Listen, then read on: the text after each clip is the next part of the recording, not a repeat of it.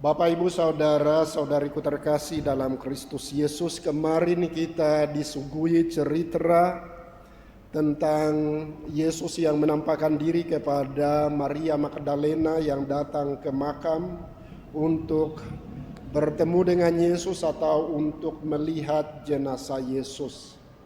Hari ini kita mendengarkan cerita yang lain yang diambil dari Injil Lukas tentang Tuhan Yesus yang menampakkan diri kepada kedua murid yang berjalan ke Emmaus. Sebetulnya apa yang dialami oleh kedua murid ini atau dua murid yang berjalan ke Emmaus ini. Dua murid ini adalah dua orang yang sementara ini kecewa terhadap Tuhan, atau dua orang yang sementara ini harapan-harapannya telah menjadi putus asa karena Tuhan yang mereka sangat kagumi, Yesus yang mereka sangat cintai, Tuhan yang mereka sangat suka telah diambil dari mereka atas cara yang sangat tragis, yaitu bahwa dia disalibkan dan mati secara tidak berdaya digantung pada salib. Padahal dulu mereka mengharapkan bahwa orang ini atau Yesus ini yang akan datang atau yang akan membebaskan mereka dari penjajahan atau dari perbudakan. Bapak, Ibu, Saudara, Saudariku terkasih dalam Kristus Yesus, dan karena mereka kecewa atau mereka putus asa, mereka putus harapan, maka tidak ada jalan lain selain mereka pulang ke rumah masing-masing atau pulang ke kampung halamannya untuk memulai lagi hidup yang baru seperti yang sebelumnya mereka sudah jalankan sebelum mereka kenal Yesus, sebelum mereka mengikuti Yesus. Dan kemudian di tengah jalan sementara mereka berbincang-bincang tentang segala sesuatu yang terjadi, tentang pikiran-pikiran dan kekecewaan mereka terhadap Yesus ini, Tuhan Yesus tampak di sana, datang berjalan bersama-sama dengan mereka. Tentu mereka tidak kenal dia karena mereka ini adalah orang-orang yang sementara kecewa. Dan karena itu mereka tutup mata, tutup pikiran, tutup hatinya atau seluruh dirinya sementara ini tertutup untuk sesuatu yang baru itu bisa masuk. Pengalaman kesedihan itu pengalaman yang sangat dalam, sangat dahsyat untuk mereka, dan karena itu mereka menjadi orang yang sangat tertutup.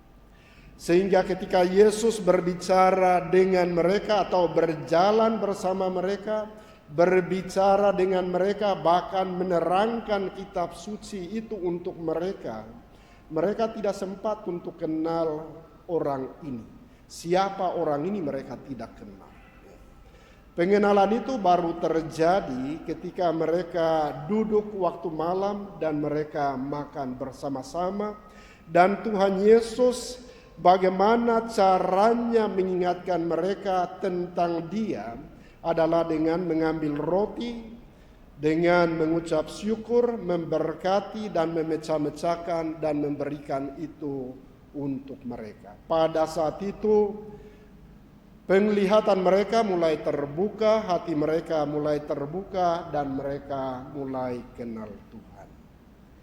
Bapak, Ibu, Saudara, Saudariku terkasih dalam Kristus Yesus. Pengalaman dua murid ini adalah pengalaman kita masing-masing. Pengalaman kita bersama-sama. Kita mengenal waktu-waktu di mana kita kecewa. Kita mengenal atau telah melalui jatuh bangun di dalam kehidupan ini. Kita mengenal kekecewaan, kita mengenal kekesalan, kita mengenal keputusasaan di dalam kehidupan kita masing-masing.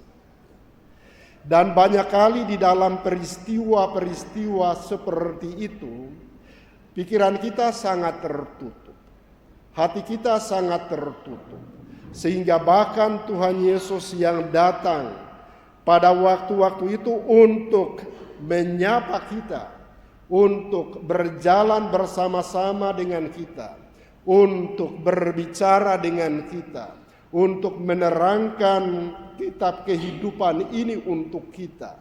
Kita tidak kenal. Hari ini diceritakan di sana bahwa Tuhan Yesus itu menerangkan kitab suci itu untuk mereka, mulai dari kitab Musa, kitab nabi-nabi, untuk menjelaskan sama mereka tentang siapa dirinya. Bagaimana Musa bercerita tentang seorang Mesias. Bagaimana kitab nabi-nabi itu bercerita tentang seorang Mesias. Dia menerangkan sama mereka kupas itu, kitab suci itu untuk mereka membuat mereka bisa mengerti. Bapak, Ibu, Saudara, Saudariku terkasih dalam Kristus Yesus, kehidupan kita ini adalah sebuah perjalanan.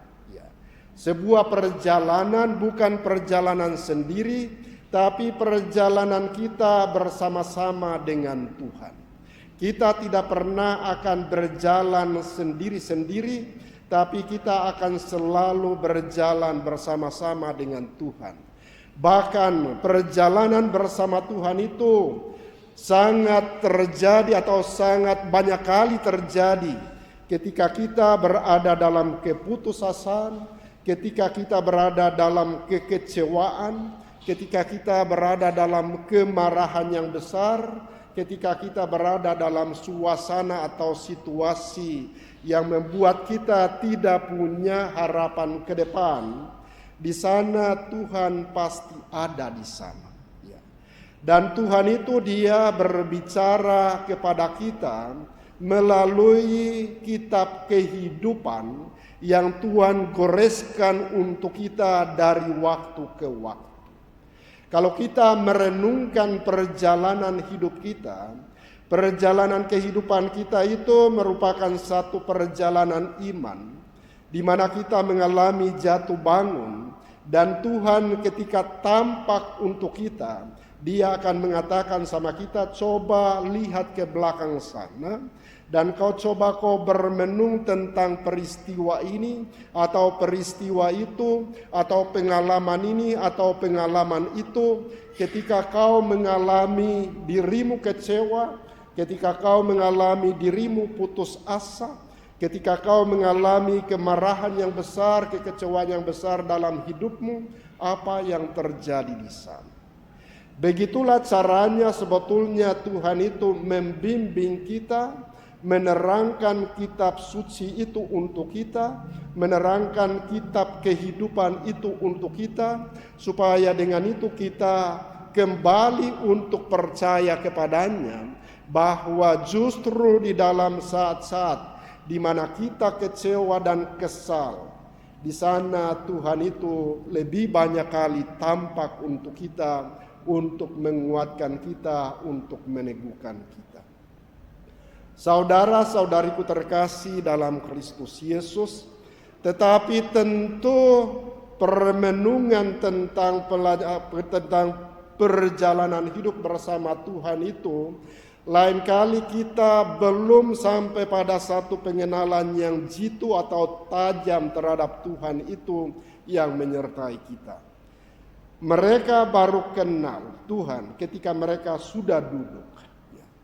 Ada waktu-waktu tertentu di dalam kehidupan ini, kita diminta oleh Tuhan bukan untuk berjalan dan berjalan terus, tapi kita diminta oleh Tuhan untuk berhenti sejenak karena hari sudah malam, supaya ketika kita duduk sejenak atau beristirahat sejenak bersama-sama dengan Tuhan itu, Tuhan pada saat itu berbicara lebih untuk kita.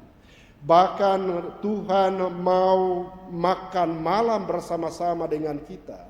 Dan pada saat itu pengenalan kita akan Tuhan akan terjadi secara lebih dalam dan lebih tajam ketika Dia menyatu dengan kita, ketika kita makan bersama, Dia menyatu dengan kita, Dia ada di dalam kita dan kita ada di dalam Dia. Pengenalan itu akan terjadi di sana. Bapak, Ibu, Saudara, Saudariku terkasih dalam Kristus Yesus. Bacaan pertama yang kita dengarkan pada hari ini mengajak kita untuk berbagi dalam kehidupan.